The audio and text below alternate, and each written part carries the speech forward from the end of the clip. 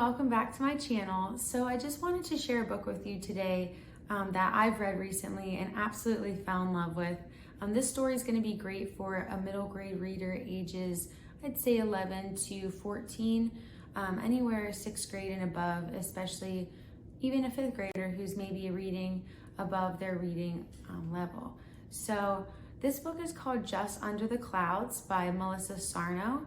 And our protagonist or main character here is named Cora. She's 12 years old and she's facing lots of challenges right now.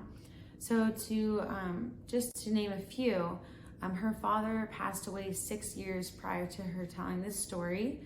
She's also in charge of taking her younger sister Adair, who is severely mentally challenged, and she is undiagnosed in her neurodivergence due to oxygen deprivation at her birth. So we're not exactly sure what's wrong with Adair or what she is facing, but we know that as a family, they're struggling to take care of her and meet her needs.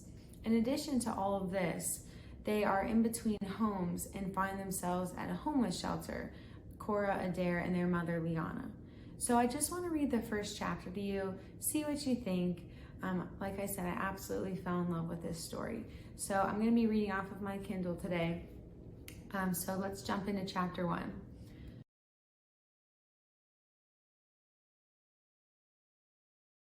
Mom's calling and I'm counting.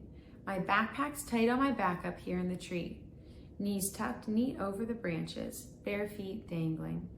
1, 2, 3. I soar, out and then down, and I'm at the dirt, bouncing on the tree's roots, while Adair spreads out on a clump of Brooklyn brown grass, like a snow angel without the snow. Coming, I shout. I scoop up Adair's hand. Come on, you. Her breath is caught. She's got a habit of holding it. Adair, I stomp. But her eyes are wide, and they shine like gray glass.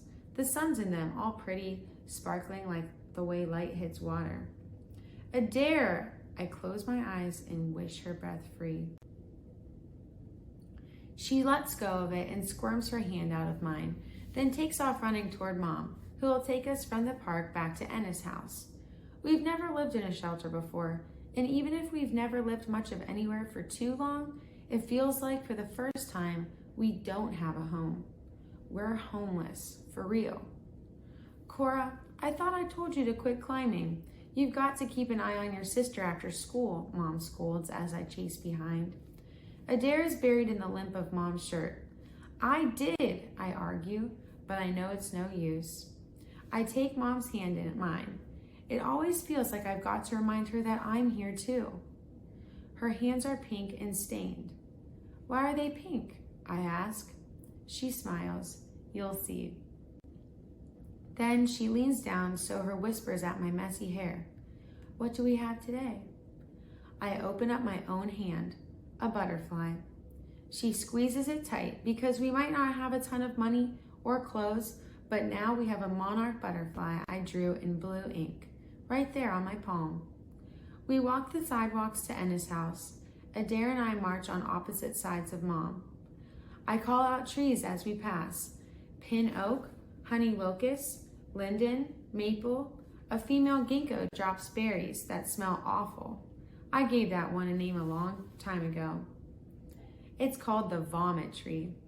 When you pass one, you'd better hold your nose. What's that? Mom asked, pointing at a piney looking tree. I reach up and run its prickle over my thumb to count how many needles are bunched together on each branch. White pine, I say fast.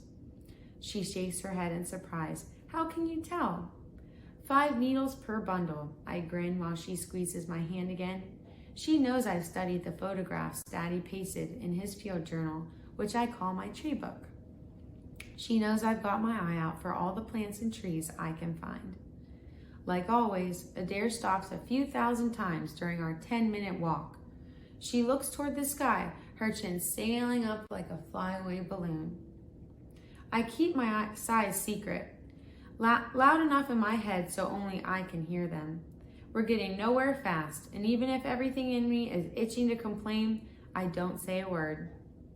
Adair was born special, Mom always says. She tells the story like it's legend. She talks about the wind that night and its quickening swirl. She talks about the labor, long and uneasy, Adair turning circles in her womb. She talks about the moment Adair came into the world without a sound. Not blue, no, more like lavender, like sunset.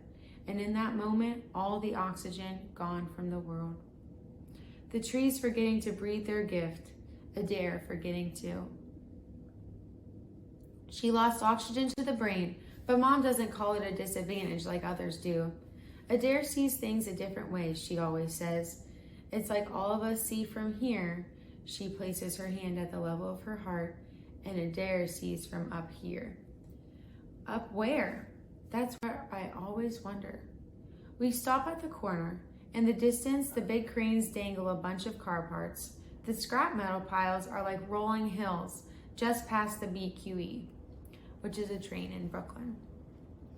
We live near the canal now, and I like it. The water might smell of dirt and weeds and rot, but when you stare at it real close, there's a looping oil swirl, and it looks like a broken rainbow that nobody sees. Inside Ennis' house, the stairwell lights are burned out and the glass is split. Old Lou hovers, his eyes like two brown beetles, as Mom pushes us past. Don't linger, she says. We walk the dirty floor, past the smack of cockroach, which has been there 3 days. I've counted. Mom's hand stiffens, then tightens, like it always does. She squeezes the butterfly palm flat, and everything in me knows better than to complain. As we climb up the stairs, Mrs. Johnson shouts from behind the door with a voice that stomps the air, and Fred C's place smells like sweet onions and old grill.